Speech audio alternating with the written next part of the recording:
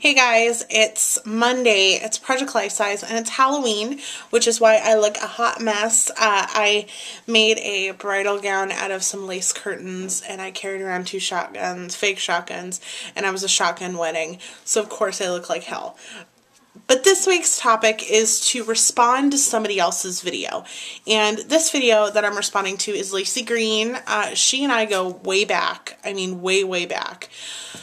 And she talks about things like body politics and how she's lost weight, but she's done it for the right reasons, and how it frustrates her. Well, let me go over the basic synopsis of the video.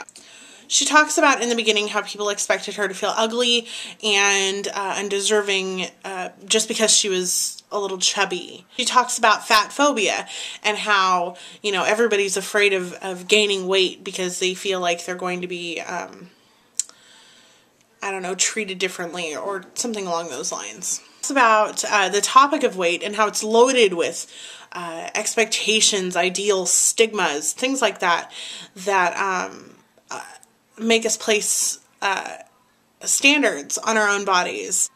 She talks about how a lot of this is from like media, television, magazines, the world, society as a whole. She talks about how fat then becomes political. Goals for her weight centered around health and longevity, how long she wanted to live, and that's how she set her goals, rather than setting a goal based on something that's superficial, like beauty or a size standard. She did not lose weight because she hated who she was. She just wanted to feel better on the inside and on the outside, but in a more health-conscious way rather than being, like I said, superficial. She also says health is not about a number, which is so important. Your number on the scale doesn't dictate how healthy you are.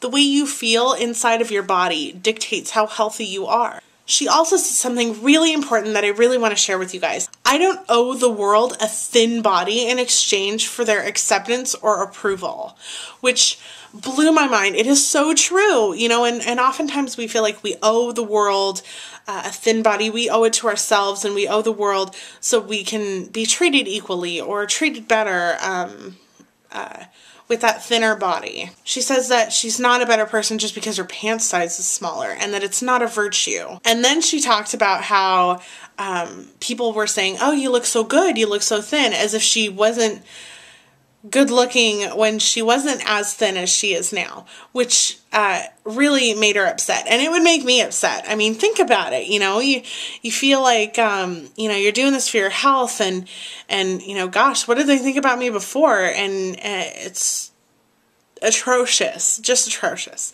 And I wanted to talk about all of this with you guys today because I think it's such an important video, and it's coming from somebody I love so much. Laci and I go back a long way. I mean, years. And the way she talks about her body being more of like a life vessel rather than visage, a image to the world to present, how it's more of a, you know, a moving locomotive than a face. She's more than just a face. You're more than just a face. You're a body, and the way your body breaks down complex carbohydrates, and the way your circulatory system works, and it's all part of the person that you are, and wanting to take care of that, whether you're big or small or anywhere in between, is not a crime. I remember when Megan started her Some diet and how much heat she got, surprisingly, from the plus size community, calling her a traitor, calling her a sellout, questioning and doubting her morals just because she wanted to lose weight, questioning and doubting her motives, as if she was turning her back on a plus-size community.